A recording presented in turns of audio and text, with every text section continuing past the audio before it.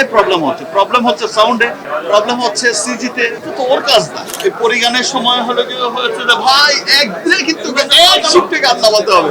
দেখেন প্রিন্স আমি যখন গল্প শুনেছি তখনই আমার মনে হয়েছে যে, এবং যে গল্প যে পরিকল্পনা শুনেছি তখন আমার কাছে মনে হয়েছিল যে এটা আমার জীবনের এই পর্যন্ত করা সবচেয়ে বড় সিনেমা হবে, বাট হয়তো সময় স্বল্পতার কারণে আমি সেটা করতে পারি। আমি আমার টিমের পক্ষ থেকে, আমার প্রযোজক, আমার পরিচালক, সবার পক্ষ থেকে আমি সরি চাইছি যে আমরা চেষ্টা করেছি। দেখেন কি বলছি, টেকনিক্যাল সমস্যার কথা বলছে, সিজির কাজটার কথা বলছে বা কালার, সময়ের দরকার, বাট সময়টাই ছিল না। ঈদের আগ দিন পর্যন্ত আমাদেরকে কাজ করতে হয়েছে। নেক্সট সিনেমাগুলোতে নিশ্চয়ই এই বিষয়টা অনেক খেয়ালে রাখবো যে প্ল্যান এ তো ছিল আমাদের হচ্ছে ইন্ডিয়াতে পুরো লোকেশন দেখা, প্ল্যান বিও যেন রাখে। প্ল্যান এ ক্যান্সেল হয়ে গেল যেন আমরা প্ল্যান বি দিয়েও করতে পারি। এটা আমার নেক্সট ডিরেক্টর প্রডিউসার দেখেও বলবো। যত যাই বলুক, যে যাই বলুক, প্লিজ যারাই দেখছেন, আমি রকস্টারের শুটিংয়ে ছিলাম, সেখান থেকেই দেখছিলাম, ভিউ দেখছিলাম। 5 দিন মাল্টিপ্লেক্সে ছিলাম না, 5 দিন পরে এসে 22টা শো পেয়েছিস ভাই। 2টা শো পাওয়ার কথা ছিল এত ব্যাড রিভিউর পরে। এটাই হচ্ছে মানুষের ভালোবাসা, এটাই হচ্ছে মানুষের ভালোবাসা। এইরকম যে ভাই আমি আমার পছন্দের মানুষকে হেঁটে যেতে দেখবো, তাতেই হবে, আর কিচ্ছু লাগবে না। আর এই সিনেমায় দেখো আমি খুব এক্সাইটেড ছিলাম। নুনু ফারিন, ওরে মাই গড কি সুন্দরী নায়িকা, আমি তো খুব এক্সাইটেড ছিলাম যে আমার দিলরুবা। তারপর আমার একটা নায়িকার তো শুট হয়নি, মিলি, আর আরেকজন তো পরি পাঠিয়েই দিয়েছে। পরি গান শুনি এখন। আমি সাকিবিয়ানদের উদ্দেশ্যে না, শুধু আমি আমার দেশের মানুষের কাছে, সাকিবিয়ানদের কাছে তো আমি সারা জীবনই কৃতজ্ঞ থাকি। সাকিবিয়ানরা আমাকে সাকিবিয়ান, আমিও সাকিব খানকে পছন্দ করি। বাট দেখো পুরো দেশের মানুষ এত রিভিউ শোনার পরেও সিনেমা দেখছে, এত শো চলছে, তো কোথায় মাথা নত। দেখো এটা কিন্তু আসলে কারো দোষ ছিল, এটা শুধু সময়ের গ্যাপ ছিল। যদি হাতে সময়টা পেত, হায়াত অনেক ভালো সিনেমা, যেটা গল্প ছিল, হায়াত অনেক ভালো সিনেমা। হয়তো হায়াতের এই যে প্রডিউসার ম্যাডামের প্রেশার ছিল, বলেছি ঈদ রিলিজ করতে হবে, আমরা হয়তো ঈদ রিলিজ হতো না। অনেক ভালো সিনেমা, পরিপূর্ণ গল্পের সিনেমা যাই রিলিজ হয়েছে, যতটুকুই হয়েছে মানুষের দেখছে, ভালোবাসছে। আর একজন ফিমেল প্রডিউসার, আমি গত বছরও দেখেছো যে বরবাদ হয়েছিল, যে শেরিন ফিমেল প্রডিউসার ছিল। এই বছরও শিরিন, নামে মিলও আছে অনেকটা, বাট উনিও চেষ্টা করেছে ওনার কাছ থেকে যে সবচেয়ে ভালো সিনেমাটা করবে। বাট ট্রাস্ট মি, সবকিছুই ডিজাস্টার হয়েছে শুধু সময়ের অভাবে।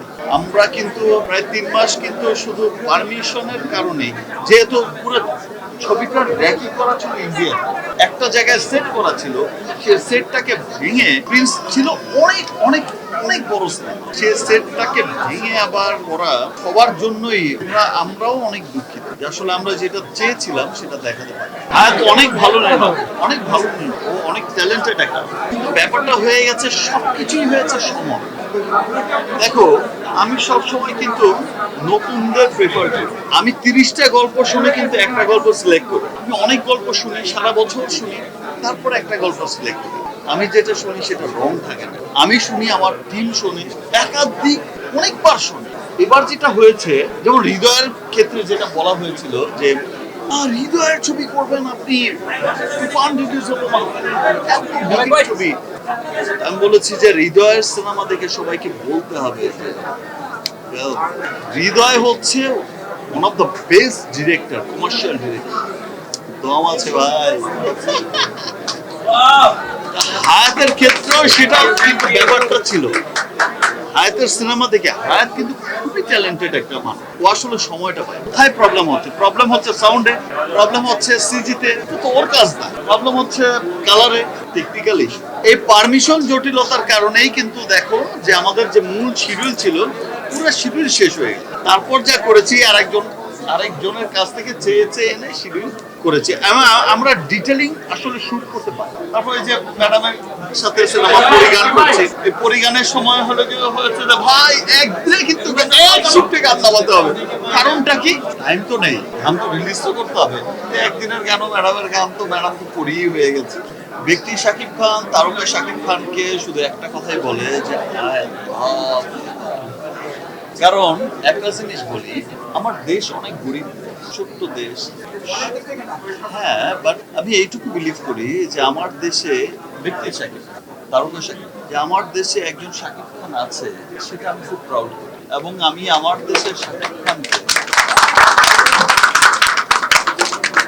আরো পুশ করতে চাই যে আপনি আরো উপরে। নতুন গভর্নমেন্ট এসেছে, আমি তাদের কাছেও বলতে চাই যে বিগত গভর্নমেন্টের কথা ভুলে যান, আপনাদের কাছে তো প্রত্যাশা অনেক, মানুষের আশা অনেক। তো সিনেমা নিয়ে আপনারাও কাজ করেন। আপনারা শুধু সিনেমা ইন্ডাস্ট্রিকে ভাববেন না যে নাচে গানে ভরপুর একটা বিনোদনের জায়গা। একটা সিনেমা একটা জাতি গঠনে, সমাজ, একটা পরিবার গঠনে সবচেয়ে বড় ভূমিকা পালন করে। এবং সিনেমা কিন্তু আপনার কৃষ্টি কালচারকে পুরো বিশ্বে পৌঁছে দেওয়ার সবচেয়ে বড় মাধ্যমই হচ্ছে সিনেমা। So, এটার দিকে ধ্যান দিন। আদারওয়াইজ আপনার জাতির মেরুদণ্ড খুব শক্তভাবে গড়ে উঠবেন। গভর্নমেন্টের কাছে আমিও এইটা চাহিদা, আপনি এটা